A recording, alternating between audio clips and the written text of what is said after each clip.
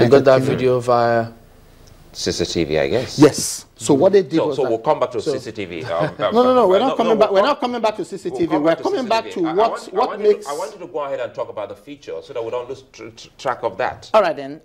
In my analysis, there are about 10 features for females would be suicide bombers and 11 for a male suicide bomber, and I'm going to go through them one after the other. Is this part of what they saw?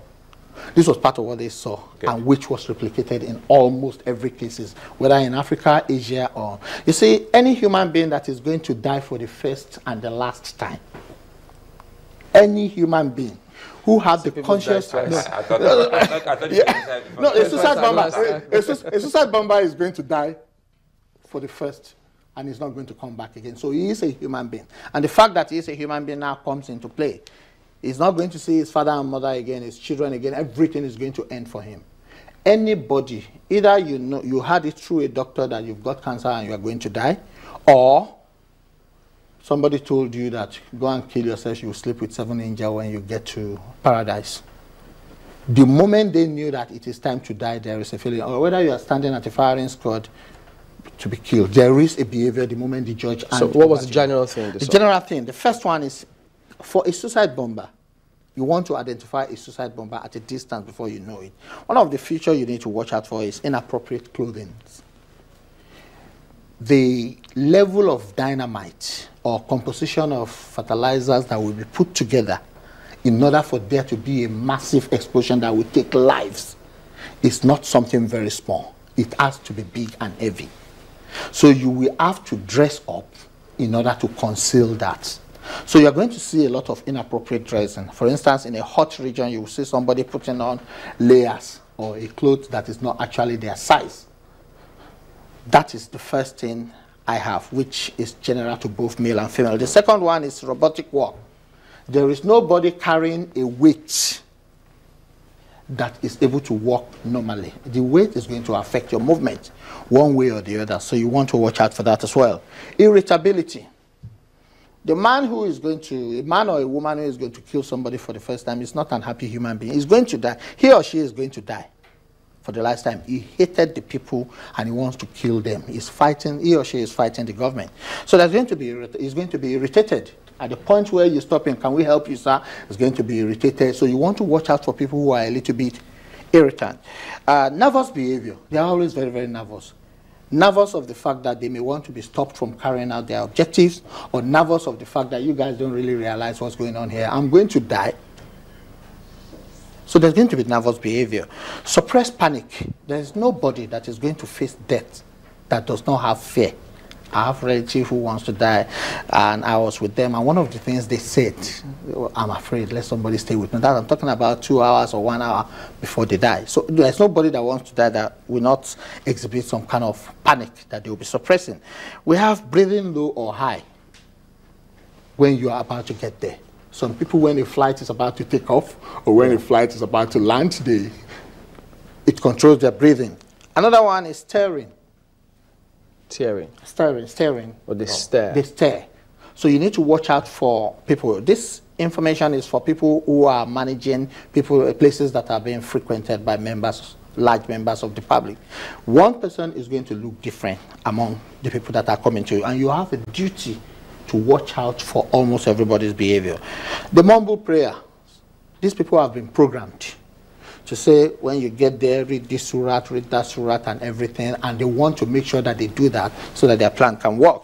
They carry large bags. Like I said to you, the bags that will contain explosive. It's not a small bag. Either they strapped it to their body or they are carrying it. And another thing is that the 10th one is that their hands, every explosive that will go off needs to be detonated. There is nothing like time bomb. So it can't be remotely detonated? It can be remotely detonated. The popular one in Nigeria is the using of mobile phone. Okay, now, all of this that you highlighted. So the last one, all the one I said now are kind of peculiar to males and females, but the last one for males is that they're always, most of the time, they're always clean shaven.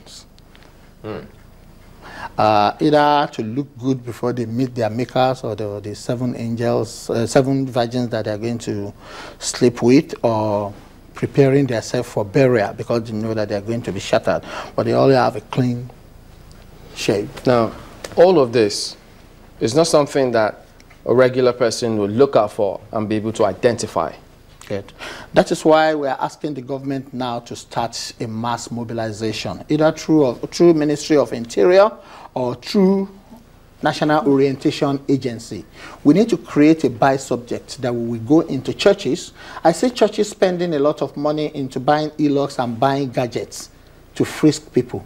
No, what we need to do is to start training people. What we did during the time of Ebola was to tell people exactly what to do, what to eat and what not to eat, what to wash your hands with, how to behave, avoid handshakes and everything. So let all organizations, be it organization, be it general public or personal, let us start a kind of terrorism awareness training or insecurity awareness training, starting from our schools. Let us introduce a buy subject. Something that every school wants to do for 5 minutes at the assembly before they go inside, or something that teachers want to. I expect the person that is going to read the network news, when everybody wants to sit down and watch it, I expect there to be some kind of straight, apt, and well-effective communication to go out to the people before network news. I expect every pastor, every imam at NASFAT to bear in mind, what does the hostess and hosts do every time the plane wants to take off? They teach us again and again about what to do in case of emergency. They are never tired of doing it. Frequent flyers have to deal with that every day. So we shouldn't be tired of telling No. We shouldn't be tired. That's something we shouldn't be tired of that, and we shouldn't get frustrated each time people in authority try to search us. Everybody goes through the airport and you still get frisked. You have to take off your shoe, take off your belt, go through that signal and wear them again. Okay. There is no crime being, there's nothing like being over suspicious when it comes to security of lives and properties.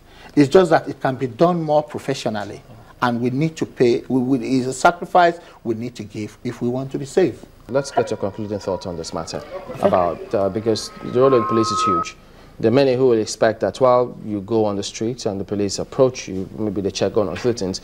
We haven't heard any of them telling you, look, these are the signs you look for, be careful when you get on the roads. Have they gotten the message yet? They've not gotten the message. Unfortunately, the instability of the police leadership over the last 5 years too did not help the situation. I think between 2010 and now, we've used 5 head of police. The old 5 were under pressure. They were distracted, going into politics instead of facing what they were charged for. They don't have enough time. That is another thing. The general instability and the strategy that the police is using to fight insecurity. We need an Inspector General of Police that is not going to be chosen because of politics or where he comes from. We want to look into the rank and file at the moment, all the officers at the moment, and ask them, maybe do a test for them.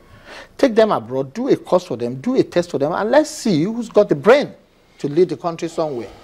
After that, we can now know that, okay, we're going to put Chamberlain as the Inspector General of Police, just a paraphrase name, you're not a police officer, as Inspector General of Police, and we are investing 5 years in him for him to deliver, which will be reviewed every 1 year. Okay, his achievement and everything. We're out of time, but let's quickly get, I understand we'll have Kate back on the line this morning. Morning, Kate, and so could you go ahead and tell us what you think is going on in Plateau State and what we can do to end it? Good morning. Let me tell you what is going on in Plateau State. Plateau State since the crisis of 2001, even after the crisis had been quelled down, till today, as I speak to you, every day we are burying people. Every day people go out to go to their farms and they are hacked to death. Really, on Friday, 2 of my cousins were ambushed on the road. They were brutally killed. There is a survivor, a lady who survived. The reason why they were killed was because they spoke Birom. They were killed by suspected Fulani militia. At this point, we, the people of Plateau State, are speaking with one voice, and we are saying, let our leaders the political expense of our. Over 22 people are in the IDP camps in Plateau State. People cannot walk the streets in safety. There are certain roads that you cannot fly. On Saturday, I will be burying my cousin, and we don't even know if we will come back alive. That is how bad it is. All right, Kate, we unfortunately, time just flies when you want to focus on some of these matters. But we'll get in touch with you subsequently, and as well as the police authorities, who we expect should have heard these matters and swung into action and identified the identities of whoever may have been involved in this one. But Kate, our condolences to everyone who's affected there, and thank you for talking to us today. Well, again, a huge question about the police force, but we have to also add a time here, really. Thank you very much indeed. Olatubosun is a security consultant. He spoke to us today about what we should be doing about security.